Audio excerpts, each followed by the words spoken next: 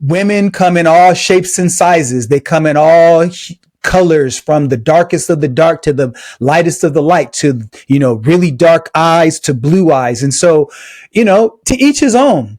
I think I'm assuming because of the look of our wives, you and I have different taste in women, right? And so, so to put people in this classification is a problem.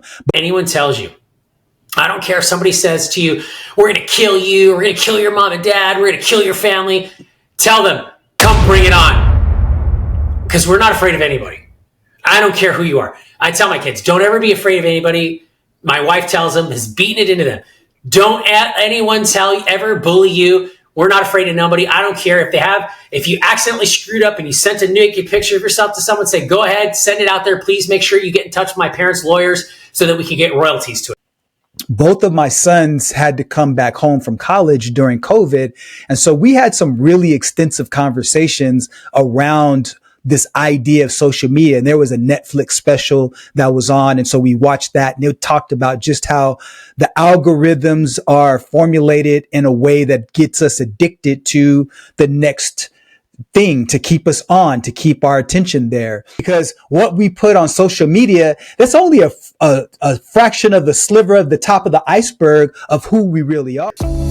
Welcome to the Family Office, planning for the people who matter most. Speaking of current events, there's been this brewing topic of conversation with the company called American Eagle and an actress called Sydney Sweeney. And so, a couple of facts I want to read to you. So the ad came out in 2025, in July of 2025, and the jeans campaign, starring actress, Sydney Sweeney, there was a tagline that said, Sydney Sweeney has great jeans. And so this whole campaign went viral, as you know, and, there's two different opposing viewpoints about this ad. So I wanted to get your take. What are your thoughts about it? And, obviously, because information travels so fast and we do this once a week, sometimes topics don't stay in the headlines for a long time. But to me, it's really this ideology about just this overly sensitive culture on the one hand versus this, eugenics culture on the other hand, on these two polar opposites. And so I wanted to get your take on just that whole topic of conversation. Well, what's interesting is number one, on the surface of it, I just got to wake up and ask the question, when did everybody in America become so sensitive? Or maybe it's okay to be sensitive now. Like, I went back and I looked at the Levi's jeans from like the 90s with Cindy Crawford in it. And they've got the two young kids just like drooling at her. And she's got the tank top and nipples are poking through. And I'm going, this was the 90s. I understand 90s were crazy, but it's more crazy now. But I'm like, I just don't know why we bridge that gap and go, oh my God, I was talking, like I saw people getting interviewed of it, Len, on the internet. And I'm just like, people were having like panic attack going, oh my God, it's so, and it's just like, I don't understand why it's so sensitive. You have the choice whether or not to buy that brand and to look at those brands, right? So I just don't understand why that's so sensitive. Because for example, there are things that could be done on the opposite of that could make someone like, me, who's maybe more conservative, go, oh my God. But it's like, that was funny. That's a good one right there. I was like, for example, the Dylan Mulvaney stuff. I didn't care that he was doing the Bud Light stuff. I thought it was funny. I was like, it's hilarious. Good job on you. They rolled the dice and they didn't win. They rolled the dice on the Dylan Mulvaney stuff and they didn't win. But nobody, and maybe they was going, oh my God. Most sensible people were going, that was funny, but it's, who cares, right? Like, it is what it is, right? Didn't make me think any differently of Bud Light. And now, coincidentally or weirdly enough, Bud Light, I think, just hired her to be Sydney Sweeney to be their spokesperson. So, I did not know that. That's very interesting. Or it's rumored or it's trending or something to that effect, right? I just think it's funny. But but the most interesting thing that I see out of all this, and maybe you have seen this too, Len, is that what you're starting to see, and what I've seen with the whole Sydney Sweeney, jeans ad, is that you're starting to see that there's not two groups of people now. There's three groups in America. There's the alt-left, the alt-right, and there's the middle ground people that are just like looking at this going, all you maniacs on the left are crazy, and all you maniacs on the right are extremely crazy too. You're both crazy. Can we just kind of figure this out in the middle thing? And that's kind of where I look at it. I'm going, I just don't get it. I saw the ad. I don't know if you saw the follow-up ad. Dunkin' Donuts did the boy of summer, the goal. You seen the young man? He said, I didn't ask to be the man of summer, or something. I said, golden's my color. I'm going, awesome. That's just great, right? And then you've got these other people on the other side that are doubling down, doing the counter of that. Like I think it was Abercrombie or something like that, where they had the plus size models and all that stuff, and the Abercrombie stuff, and they're doing the exact opposite of what's going on. So there's like this war going on, and I'm going, who cares about any of that? Mm-hmm. I think the biggest thing for me is that it was a great ad. It was genius. I know most people can look at it, yeah, but you don't understand, Chris. It's a play on genetics. I don't think it was a joke. It's satire. Okay. It was satire. And when did satire become unrealistic in America? But I think for me, the biggest thing is it made me go, yeah, there's crazy people on the right. There's crazy people on the left. And we just all need to get back to the middle. I think it was a great ad. I loved it. It makes me want to go. I don't wear American Eagle, but it makes me want to go look in a store next time. It makes me want to go look in an American Eagle Outfitter store, and I've never been in one, just because of the ad. I have no desire to go into any of the other stores that are advertising opposite of that, and maybe it just doesn't appeal to me. But that's the genius of marketing. That marketing appeals to a lot of people, and the counter of that marketing, which could be the more sensitive, the more inclusive marketing or whatever, appeals to that side of people. And that's really the perspective there that I think most people just need to go, it's marketing, guys. No one's saying anything that she has these better genes, the genetics than anybody, right? And to be honest, Len, I don't like saying to be honest, but to be really, blunt about it, no one was complaining from the rooftops like they are right now about Sydney Sweeney or about Kim Kardashian being the it girl for the last 20 years. And that style of woman, right? Think about it.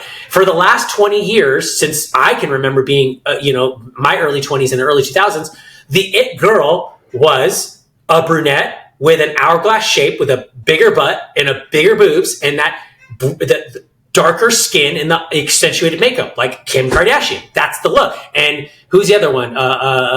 They all. I can't remember all the names of them, and now everyone seems like they're upset. The powers that be are upset that Sydney Sweeney is the it girl again.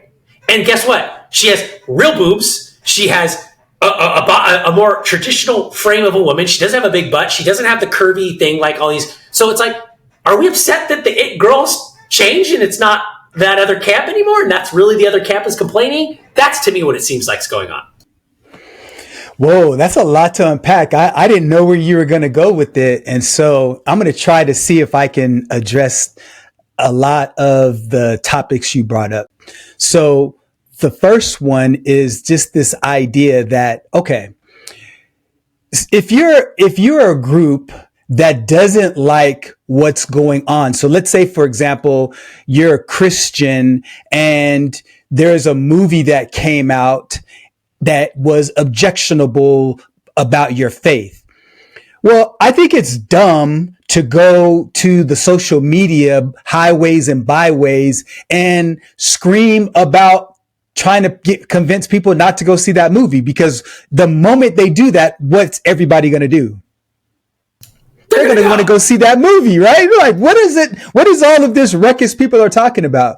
And so to me, I think the people who were incensed about the commercial, I think they should have just stayed quiet, because it would not have created the amount of headlines if they would have just shut up about it. Now, I don't have any strong feelings about the content of the commercial. There was it was a play on words between genes and genetics and stuff like that. It was intentional. So I think on the one hand, to say that the pun was accidental, I think that's disingenuous, because there was an intentional play on the word genes and genes. Now, was I offended by it? Did I think that it was about eugenics and the superiority of white people? No, I don't think that. Do I think that they were saying hey, her genes are good, meaning she's beautiful, and the way she looks and the way she wears our genes is beautiful, and her eyes happen to be blue, and she got those genes from her parents. Okay, she's beautiful. She's a beautiful person. And so to suggest that she isn't, even though she's not my personal type, I would be foolish and I would be disingenuous to say that she's not a beautiful person. She's gorgeous. She's the it actor right now. She's in all the different kinds of shows. And so for American Eagle to have her on their show is brilliant. And also, it didn't hurt that their stock went up between 10 and 24%, depending upon how you measure it. So their bottom line was increased by millions of dollars. So shout out to American Eagle. Now, for all of the ideas about, what you talked about, certain shapes and sizes and all of that, I think that it's a problem. It's concerning for any one look to be defined as the look, right? Because women come in all shapes and sizes. They come in all colors, from the darkest of the dark to the lightest of the light, to, really dark eyes to blue eyes. And so, to each his own. I think I'm assuming because of the look of our wives, you and I have different taste in women, right? And so, so to put people in this classification is a problem. But the last thing that I'll say, unless you have something else, is, to me, you put more attention on something to something you shout from the rooftops. If you wanted that article to go away, you should not have said anything. You should not have been you shouldn't have been overly sensitive about it. Yeah, did they come out and say that it was accidental, or there wasn't a pun on the words? No, there were some. So there was a statement. I wish I had the statement, but they said something to the effect. I'm talking about American Eagle, that she looks great in her jeans. The commercial was just about jeans, and that was it. And so it didn't speak to the pun, which I think I wouldn't say that it was disingenuous on their part, but you omitted the whole play on jeans, which that's just factually incorrect. I mean, if you take her whole script and what she said, there was a pun, and I think it was clever. I just think because they got called out on it, they decided to take a stance and say, look, we support what we did. So that's what you have. So what are you going to do about it? And they should do that. I think that they could have said that, hey, it was a nice, clever way to talk about jeans and jeans. She's a beautiful person. There's nothing wrong with saying that. Yeah, I agree. If they came out and said, oh, we didn't intend it to be that way, I think that's horse crap. They knew what they were doing. They knew what they're doing. But yeah, I mean, realistically, she's the it girl right now. And she's not an it girl for me. I mean, that's not my type. My type is more like Kim Kardashian. That's more my type. But that's the reality today. And I think there's a lot of people that are upset that that's the it girl again now. And I think we just are in that spot right now where people are looking at that, and there's a group of people on the left and there's a group of people on the right that are continually to make it an issue. And I think the majority of us in the middle are going, shut up already. Yeah, I'm going to read the statement. This is America. This is what America's known for, right? Yes, I mean, can you imagine, for example, you know who Bill Burr is, right? He's a comedian. Sure. Oh yeah. Do you think Bill Burr would be allowed to do stand up today? He'd be X'd out, man. He would have definitely been canceled for sure. Okay, he's a white guy. Do you think Dave Chappelle would be able to do stand up today the way he did? They're trying to cancel him now. The LGBTQ community is trying to cancel him. Think about that. You're right. And that's the thing. When you get into comedy, like, to me, comedy's off limits, bro. Like, comedy is supposed to expand the boundaries. It's supposed to make fun of things. It's supposed to be satirical. No comedian, unless you are using comedy to denigrate people in a way that is that puts people down. Like if you're doing it in a way where it's funny, it's tongue in cheek, and you're not using it as a way to say somebody's inferior, the comedy should be off limits for all of that cancellation stuff, man. Let me read to you what Go for it. what they said. American Eagle addressed the controversy, and this is what they said. Sydney Sweeney has great genes, Jeans. Was always intended to be about the genes themselves and not about genetics or eugenics. They emphasize that their message celebrates how everyone can wear their American Eagle genes with confidence. And so I agree with them that it wasn't about eugenics and white superiority, but it was about the fact that she has good genes, and there's nothing wrong with that. Yeah. The audience can look at this podcast right now and they can look at you. You're in your mid 50s. You've got great genes. You look like you're in your 40s. Thank you. I appreciate that. I'm not in my mid 50s yet, man, but almost. I'm getting there. Yes. You're closer to it than you are. You're closer to mid 50s than you. Don't tell anybody. I'm closer. I'm closer. Secret. I know. I'm 44 now, so I'm closer to my mid 40s than I am. So as soon as I turn 45, I'm still closer to my 40s than I am my 50s. Okay. This is a fact. But you're absolutely right. She does have great genes. She's a beautiful girl. She's beautiful, and I'm sorry, but everybody wants to be with her, and she is the it person right now. And I think it's a phenomenal and it's a great marketing strategy. And guess what? Kudos to them for doubling down. And here's another point that you're making. I think maybe this will tie into what you're saying about, when we talked a little bit about comedy and making sure comedy doesn't, detriment to somebody. This is where it gets a little scary for me. I love the fact that she came out, she did that video afterwards and she was on the range shooting the gun. Did you see that? Like she's doing target practice and she's a badass. I did see that. I did see that. Right? You're just like, yes, right? And you're like, kudos to her for doing that, right? Because she's a woman and she did it, right? Mm-hmm. But where it gets me a little sideways is where now all of a sudden you've got these people, and I don't know who it is on the left or the right, whoever did it, where they're digging up and advertising her voter registration. And of course, she's voted as a Republican, and that's where it's like, oh, see that what does that have to do with anything? And that is the attack, I think, because that's sacred in our country. It doesn't matter how you voted. Whether you voted for Biden or Trump, at the end of the day, you are still my neighbor. And you are still an American. You still pick me up when I'm down, and I still pick you up when you're down, and we still look out for each other. And when we start pulling up, oh my God, look, she's a registered Republican. Oh, come on. Really? What does that have to do with any of it? Yeah, I agree. And I think, unfortunately, both sides of the aisle does that. When people, like, for example, I would never run for office because they would make assumptions about my voting record for sure. And so, unfortunately, I used to want to, Len, and you know that. I don't want to anymore. I used to want to fervently and passionately, but I'm like, I don't know if I want to do that anymore in today's climate. And I would love, I'll figure out different ways to serve.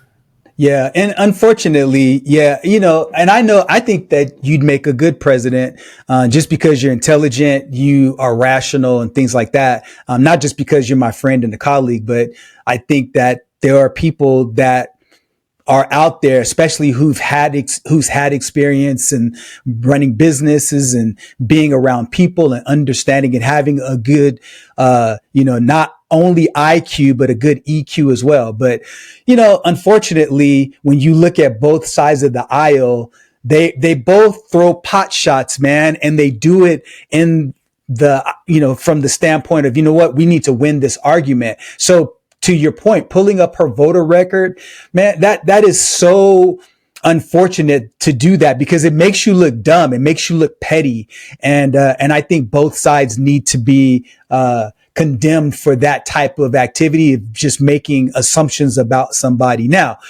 if you are a person that's already in office and there is an issue and a topic and you've been accepting certain contributions and you can see a correlation between those contributions and how you voted, I think that becomes part of the record that needs to be displayed. I agree with that.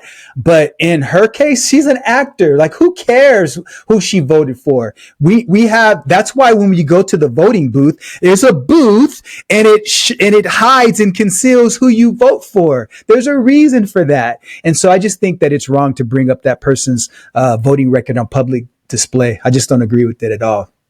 So, and that I think is a perfect segue to go to social media because, when I was younger, back in my day, right, you had the yellow pages. Go to a phone booth and go like this and find you the yellow pages or the white pages directory. That's exactly right, man. And now with social media, everything's on full display. And so the way in which we judge people, because unfortunately, when somebody does something wrong in public, because of social media, it's never forgotten. There was a couple of statistics that I looked up in preparation. Look at this. It says that teens using social media for more than 3 hours a day double the chances of feeling depressed or anxious. Another thing says that feeling stressed and burned out is that over 10% of adolescents show signs of having problematic social media behavior where they can't stop using it even when it's hurting them. And so, when you think about teens, social media, anxiety, mental health challenges, peer pressure, and all of that, talk to me about just your thoughts about how old should a teen or should a person be when they get access to social media? What are your thoughts, especially having kids with the wide range that you have? Well, it's interesting because, I have a very laissez-faire we have a very laissez-faire type of philosophy for our kids. And we always have. We talk to them about adult things. Everybody has a conversation with each other. It's all family oriented. My son is 14. He just barely got Snapchat last year. Like barely, as a 14-year-old going into high school, like just barely getting Snapchat, like barely. My kids, and before that, I let him do YouTube because he's streaming and doing stuff with video games and stuff like it. Having some good success with it because he liked it. But I think when you have a conversation and you keep your kids busy and you show them the difference between the world and you have a good family structure, my kids don't crave that. And my kids are not nerds, by the way. Not that there's something wrong with nerds. I wasn't a nerd. I was a geek. I was a computer geek. But my kids have the trendy haircut, the whatever that is, the you know what I'm talking about. All that. The curls that hang over your face and everything. It looks like an alpaca. They wear the trendy clothes. They are very much so into that. But at the same time, my kids are very grounded, and we've done a very good job of that. But we've talked to them about it extensively. Hey, here's what social media is. Here's how it works. Social media is pretty much an extension of the drama that happens at school, but magnified by 100x, right? And it's international. I also make my kids watch, the predatory documentaries about social media. What can happen, the bad things. But I also tell my kids, and we've told them this since they could talk, I don't care what anyone tells you. I don't care if somebody says to you, we're going to kill you, we're going to kill your mom and dad, we're going to kill your family. Tell them, come bring it on. Because we're not afraid of anybody. I don't care who you are. I tell my kids, don't ever be afraid of anybody. My wife tells them, has beaten it into them. Don't anyone ever bully you. We're not afraid of nobody. I don't care if you accidentally screwed up and you sent a naked picture of yourself to someone, say, go ahead, send it out there. Please make sure you get in touch with my parents' lawyers so that we can get royalties to it. That's it. Some people go, oh my God, that's a crazy conversation. But you know what? I don't have, thank God to this day, an issue with cyberbullying or anything like that or social media problems. My kids do get a cell phone when they turn 10. So they all look forward to that. And we monitor it. I'm linked to every one of my kids have an Apple ID that's linked to a dummy phone that no one uses, so I can monitor everything they do, their text messages, all that stuff. And I never have to do it. Thank God I've never had to do it. I had a little bit of a quarrel with my 18-year-old daughter for about 2 or 3 months last summer, where she was doing some stuff on the internet. But thankfully it was caught because, again, trust but verify, right? Mm-hmm. But it wasn't even bad. It was like, this is so silly. I can't believe you're doing it. But it leads to that, right, Len? It leads to that. To me, I don't think kids need to be on social media this early. I don't think kids need to have that kind of stuff. Look, I survived without a cell phone till I was a senior in high school, right? And it was a prepaid You track sound like phone. the old dude now. I'm the old dude, right? I had a Motorola StarTAC, right? But you don't need it. Now, like did they do it in California? I know they did it in San Diego. They just did it here in Texas, where children are not allowed to have personal devices at school anymore. Did you know? Yeah, it's school district by school district. Okay. So they tried that out here, but it didn't work. And so they had to figure out a different way. San Diego Unified is doing it this year. And I know this year the district that I'm in is doing it.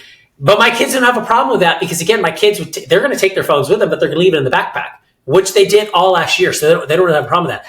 The thing that scares me the most, and I'll throw it back over to you, is just recently, I think it was last week, Lil Tay just turned 18. She turned 18 on July 29th of 2025. She's an influencer. She got on OnlyFans a couple days after she's turned 18 and made $1 million in less than 8 days or something like that, or 1 day or something like that on OnlyFans, just turning 18. That is, she's 18. And you've seen a picture of her, Len? That is disgusting. It's disgusting.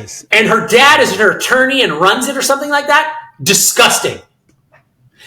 I'm sorry, but there's got to be, like, legal age for drinking is 21. Legal age for OnlyFans ought to be 21.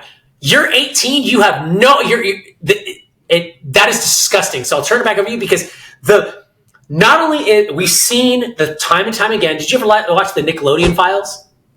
Mm-mm. Oh my God, you got to watch that. The documentary about Nickelodeon and the horrifics that happened with the kids with Nickelodeon and all that stuff. Okay. And I don't want to say the guy's name because just look it up. It's on Netflix, I think.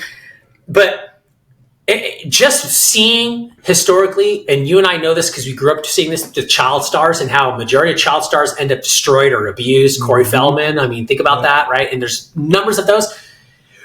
The destruction that we are doing to children mentally by propping them up on sites like this and allowing them to do this, and I understand they're 18, they can do what they want, it's detrimental. Because what's going to end up happening in the next 10 to 20 years as shifts change, we're equipping these kids to think that they got to sell all this stuff on social media. And when that phase and that happens and they're left without any substance, Len, what's going to happen to this generation of kids 10, 20, 30 years from now when they're trying to operate in a world that completely shifts and we don't have the dynamics that we have now because what they're bred and what they're growing up to think is normal is not, it's fleeting. It's going to go away. It's passé. It's going to disappear with trends.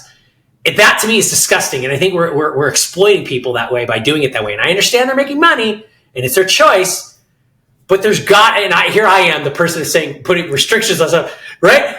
To me, it's disgusting. I'll throw it over to you, Len, because it's just, I have daughters. It's gross. I would not want my daughter on OnlyFans at 18. It's just gross. 100%. I think having raised kids and also having a wife that is an educator has given me perspective about how in psychology. Yes. And, she's counseled kids and things like that. And so she's had a firsthand account of the impact of social media. And as parents, we've had to deal with that. She and I went back and forth about how old our sons would be. And so for our first son, my thinking was, because we hadn't dealt with this issue, like, hey, he can wait until he's 13. That did not go over very well in the Cooper household. So needless to say, he got his first cell phone at around either 11 or 12. I mean, he's 28 now, so it's been a while. Our second son, he grew up as a digital native. And so even though they're only 2.5 years apart, their exposure to social media has been significant. And so both of my sons had to come back home from college during COVID. And so we had some really extensive conversations around this idea of social media. And there was a Netflix special that was on. And so we watched that and it talked about just how the algorithms are formulated in a way that gets us addicted to the next thing to keep us on, to keep our attention there.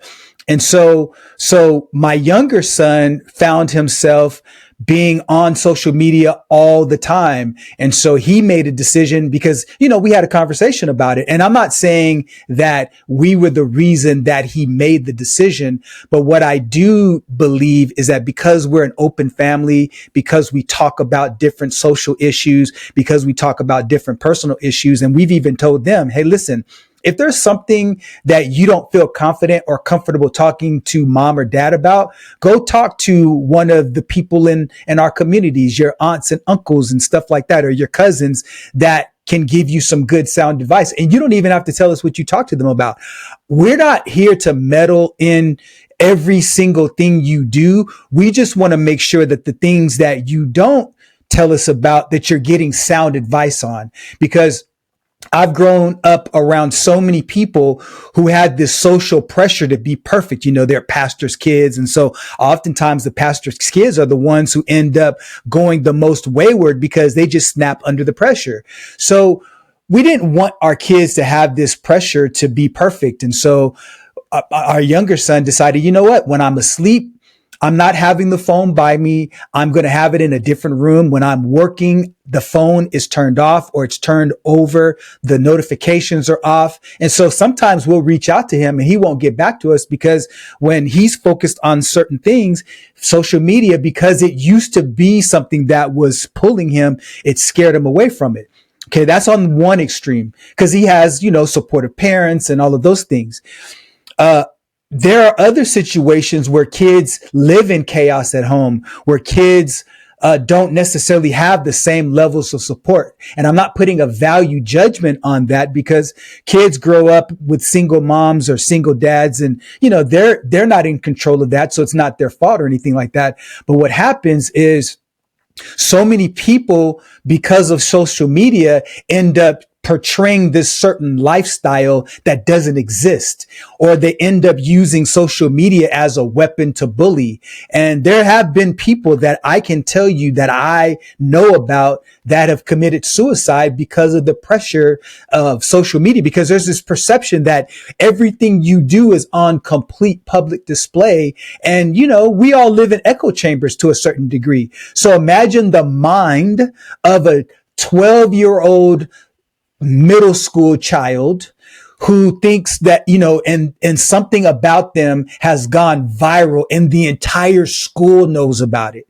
Now, in their world, that's as if they're walking outside and everybody's looking at them and they know that dirty, dark little thing or believe that dirty, dark little secret that somebody told about them. And so they think their world is over and they're a fraud or that they're a bad person, they're a dirty person, and they commit suicide or they attempt to take their own life. And I think that's a major problem.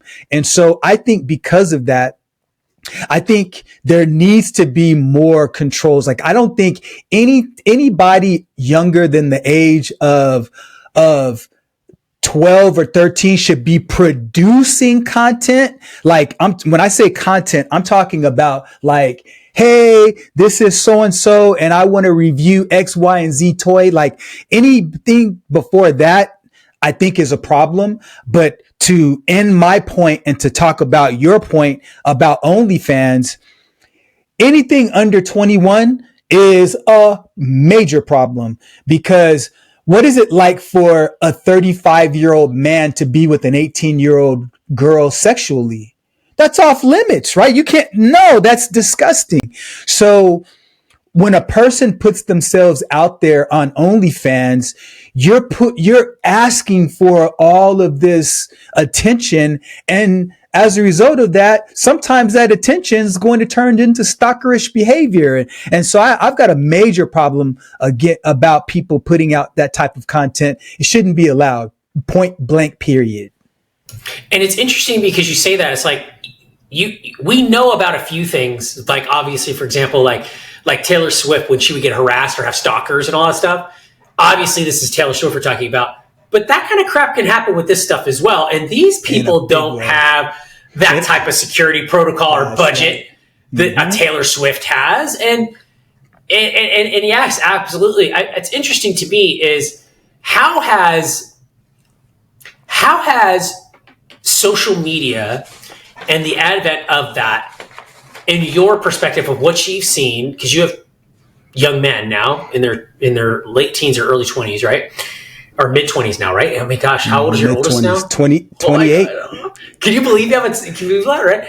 How has that affected them as far as like relationships or dating world and real world? Because I almost feel like going back to a little bit more of your point where it's like, I look at it today and I see what my kids look at and I go, and I think just for myself, and I'm a pretty confident person. I was a pretty confident kid, but I go, how do any of these boys look at these girls and how do these boys look at these girls and vice versa and go, I can't compete with that. I can't be like that.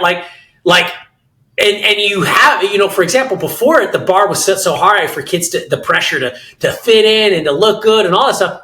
But then you put social media out there and like you said, like I joke about it all the time. I go, oh, look at that. They have a great social media marriage, but in real life it's crap, right? That's right. So these kids look at this and go, oh, that's what a girl's supposed to look like. That's what a boy's supposed to look like. And it's so unrealistic. How has that bled in or has it affected your boys as far as dating and relationships? Because I know for my two olders, it's atrocious. It's atrocious. Yeah. I think the sword cuts both ways. So I'll speak in general, then I'll talk about my family in particular. I think that when boys look at girls, understanding that girls are judging them based on this idealized norm, the same thing's happening to them because boys have been exposed to so many different versions of girls that are out there. There's this false sense of perfection on both sides that people are holding each other to. And I think that's a problem because what happens is, like, for example, if I, as a guy, know that I'm a 7, let's take 7 out of the equation. I'm a 6, right? I think you're a 9, Len. I think maybe solid 9.5 when you're in a suit, but you're not. Hey, I appreciate that. I'm speaking in general. So let's say I'm a 6, right? As a guy, I'm not going to be able to get an 8 or a 9 as a female for a female. That's just not realistic. And likewise, if you're a 6 as a female, you're not pulling a high value man. You're going to get somebody that's just right around average. And so I think what happens is there's these idealized notions of beauty, and what happens is in lifestyle and how people carry themselves, because what we put on social media, that's only a fraction of the sliver of the top of the iceberg of who we really are. And so with my sons, I think they kind of lucked out because being in college exposed them to a lot of people in their peer group. And so they both went to historically Black colleges. And so, and the thing about, we call those HBCUs. And so with HBCUs, there's typically, like, my son's school was like 60% female, 65% female, 35% male. So, for him, he's a good looking kid. He's smart. He's charming. He had options. We'll just put it that way. And my younger son went to a school where it wasn't quite the same ratio, but it was like 55, 45, 60, 40 female to men. So he had lots of options himself. And so my younger son happens to be with one of the young ladies that he met in college. So, and he's a good looking kid too. And again, obviously I'm biased as a parent, but I think objectively, people would say that my kids are good looking kids, right? So, but that's because they have, a lot going for them. Imagine the kid that might be overweight. Imagine the kid that might not have been blessed with the good looks, and they have these idealized perspectives about what they want from a female. And that's why these different, whatever you call them, red pill communities and stuff like that start to pop up, because guys, we know what our status is, and we kind of know where we fit in the pecking order amongst females, but social media is throwing that all off, man. So it's a real challenge. It's a real challenge. It hasn't been in my household, but overall I see it's a real challenge. I just think like when you see this stuff, I see the dating pool for 18, 19 and mid 20-year-old girls. I see the dating pool with having daughters in that age group. And I'm like, yeah, these boys are, I don't know what's going on here. Like, I don't know. And then but vice versa, I see with my son Emery, I see stuff and I'm like, wow, it's just not the same for me. That it just, I think that we're setting our kids up by giving them too many devices. When you can swipe left or swipe right, that's a problem. Right. But the thing is that most people go, oh, or here's my argument to it all. It should not be restricted because that goes against a lot of rights, right? But there should be some safeguards that are like OnlyFans, definitely 21 years old. Yes. But my call would be that my onus would be a lot on the parents in the households. And really would be on that is like parents us as parents, we just have to do a better job. We have to be more vigilant. We have to take a concerned effort with looking at this stuff. Doesn't mean you have to be a helicopter parent because I'm not one by any means. Like if you say helicopter parent, I'm the exact opposite of that. Like, right. But at the same time, you have to take time in the critical things like this. And this is a very critical thing because this could be detriment. Like my daughter was, I will say it. I mean, it was a very hard thing, Len, and I don't want to, for sake of privacy, I don't want to say don't put her business out there, but yeah, it was very hard. It was very difficult. But either way, I do think that there needs to be some type of age restrictions on social media stuff. I just think that we need to be responsible with it, and I think that it's creating a lot. It's just creating a lot of false standards, right? And I mean, people that are influencers on social media, they get paid to look perfect and get paid to live this. I'm on dream vacation, 24 hours a day, 7 days a week. That's just not the reality. And guess what? Influencers get sick. Influencers have bad days. Influencers have throw up. They have diarrhea. They don't look good in the morning. They have bad breath. Like they don't look that way all the time. That is a camera, and that's Hollywood. And I think that we're spending too much time allowing things to become too Hollywoodized. And I'm not saying it's the Hollywood's fault. I'm just saying that is a reference point because we look at Hollywood and everything's perfect. And we all know that's a nasty business too, but that's a different time for a different thing. Parents watch social media. Just get on it. And half the parents that are going to look at this they're in the same boat as well, I think. I remember when Facebook came out. I remember when MySpace first came out. I remember all those things. I remember I was an IT director when MySpace was around and Facebook first came out. And I remember my CEO at the time came and said, "What is this MySpace thing?" And I said, "I don't know. I think it's coming. I think it's a MySpace wannabe." Right? Are you talking about Facebook? Yeah, they said MySpace was already out. My CEO comes and goes, "What is this Facebook thing?" I think it's a MySpace wannabe, but I don't know. Little did we know. And that's the direction we're in. But in talking about kids, I mean, something I think we could get really passionate about here is just, and I know we've talked about this a lot. Unless you have anything else in effect to social media, I think you might have. Go ahead. No. I think we put a bow on that topic for now. All right. So again, I hope that all of you got some value from two people that have opposing views on many topics, but also similar views on some topics. And we just think that there should be another voice here in the country that is opposing in viewpoints, but still can have a cup of coffee with each other, hang out, and still be friends after a disagreement. And so if that's you, we want you to be a part of this community. Feel free to reach out, comment, tell us what you agree with, tell us what you disagree with.